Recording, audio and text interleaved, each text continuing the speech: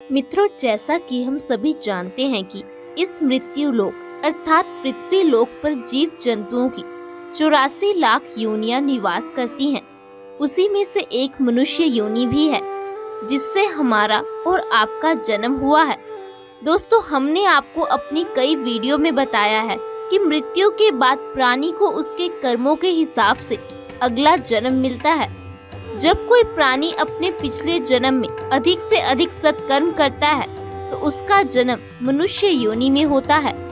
परंतु मित्रों, अगर धर्म शास्त्रों की माने तो अन्य सभी योनियों की अपेक्षा जीव को मनुष्य योनि में ही सबसे ज्यादा कष्ट भोगना पड़ता है। आज की इस वीडियो में हम आपको यही बताने जा रहे हैं कि मनुष्य को माता के गर्भ से मृत्यु तक किस किस कष्ट को भोगना पड़ता है, जिसका वर्णन भागवत पुराण में किया गया है। मित्रों, जब भी कोई प्राणी मृत्यु के बाद मनुष्य की योनि में जन्म लेता है तो वो सबसे पहले ईश्वर के द्वारा निश्चित पुरुष के वीर कर्ण के रूप में स्त्री के उदर में प्रवेश करता है। वह जीव माता के गर्भाशय में झिल्ली से लिपटता आंतों से घिरा रहता है। उसका सिर पीठ की ओर और पीठ और गर्दन कुंठला आकार में मुड़े रहते हैं। माता के गर्भ में मनुष्य पिंजरे में बंद पक्षी की भांति पराधीन एवं अंगों को हिलाने डुलाने में भी असमर्थ रहता है। इस अवस्था में उसे दिव्य शक्ति के द्वारा स्मरण शक्ति प्राप्त होती है, जिसके बाद उसे अपने पिछले जन्मों के कर्म याद आ जाते हैं। फिर वह बेचैन हो जाता है और उसका दम घुटने लगता है। 7वां महीना आरंभ होने पर उसमें ज्ञान शक्ति भी पनपने लगती है, जिसकी वजह से वह एक स्थान पर नहीं रहना चाहता। तब स्थूल शरीर में बंधा हुआ वह जीव अत्यंत भयभीत होकर कृपा याचना करता हुआ हाथ जोड़कर उस प्रभु की स्तुति करता है जिसने उसे माता के गर्भ में डाला है। माता के गर्भ में उपस्थित जीव प्रभु से ये याचना करता है कि हे प्रभु, माना मैं बड़ा अधर्मी हूँ, माना मैं बड़ा पापी हूँ, और आपने जो ये गति दिखाई है वो मेरे ही योग्य है। मैं शरीर से रहित होने पर भी देखने में पंचभौतिक शरीर से संबंधित हूँ, इसीलिए यह इंद्रिय गुण शब्द आदि विषय और विदाभास अर्थात अहंकार रूप जान पड़ता हूँ। इसके बाद भागवत पुराण में बताया गया है, देहधारी जीव दूसरी देह अर्थात माता के गर्भ के भीतर मल मूत्र और रोधर के कुएं में घिरा हुआ रहता है। उसके पाचन रस की उष्मा से गर्भ में मौजूद जीव का शरीर अत्यंत संतप्त होता रहता है। इन कष्टों के बारे में सोचते हुए जीव गर्भ से बाहर निकलने की प्रबल इच्छा लिए महीने गिन रहा होता है और भगवान से प्रार्थना करता रहता है कि हे प्रभु, मुझ दीन को यहाँ से कब निकाला जाएगा।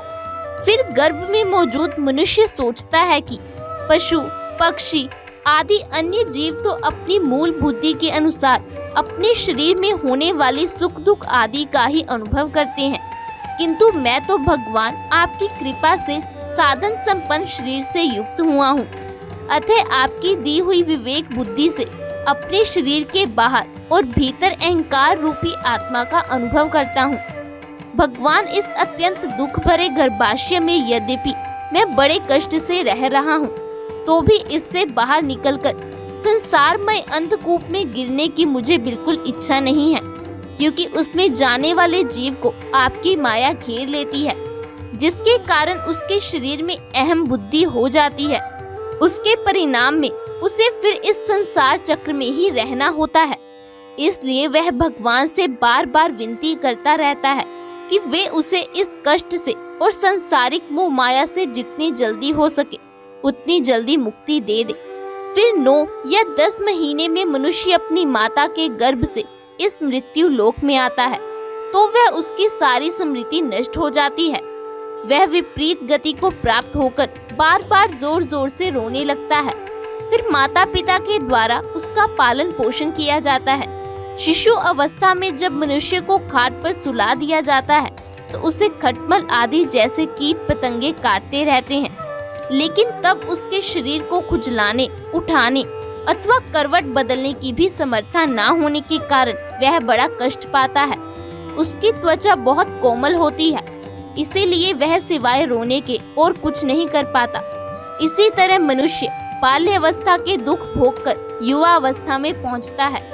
इस समय जब उसे कोई इच्छित भोग नहीं प्राप्त होता तो अज्ञानतावश उसका क्रोध बढ़ जाता है और वह शोकाकुल हो जाता है।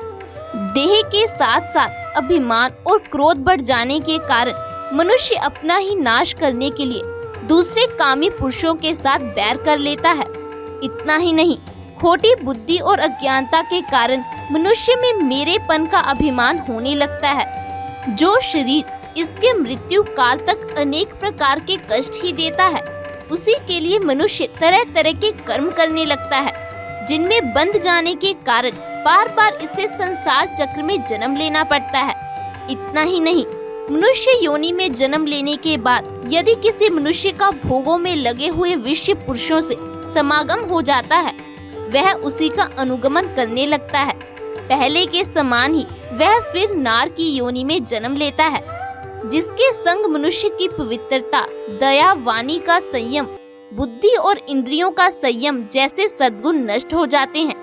इसीलिए भागवत पुराण में बताया गया है कि किसी भी मनुष्य को ऐसे लोगों के साथ मित्रता नहीं करनी चाहिए जो हमेशा स्त्रियों के साथ समागम में रुत रहता हो, अशांत और मूढ़ अर्थात मूर्ख हो, क्योंकि जीव को किसी और का संग करने से ऐसा मोह और बंधन नहीं होता जैसा स्त्री और स्त्रियों के संगियों का संग करने से होता है।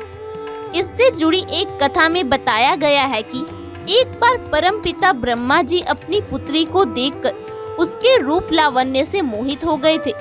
उसके मृगी रूप में भागने पर उसके पीछे निर्लज्जता पूर्वक मृग रूप में दौड़ने लगे। इसीलिए ऐसा कौन सा पुरुष हो सकता है जिसकी बुद्धि स्त्री रूपी माया से मोहित ना हो। इतना ही नहीं, स्त्री रूपनी माया में इतना बल है, वह अपनी भ्रुकुटी अर्थात नैन से बड़े बड़े दिग्विजय वीरों को पैरों से कुचल देती है। जिसे मेरी सेवा के प्रभाव से आत्मा अनात्मा का विवेक हो गया हो, वह स्त्रियों का संग कभी ना करे, क्योंकि उन्हें ऐसे पुरुष के लिए नरक का खुला द्वार बताया गया है।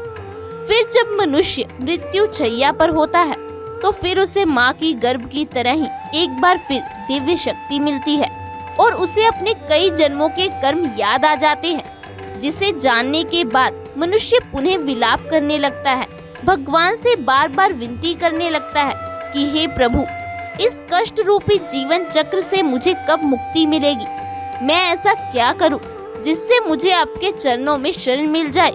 उस समय वह आपके द्वारा किए गए बुरे कर्मों को याद कर बार बार रोता भी है।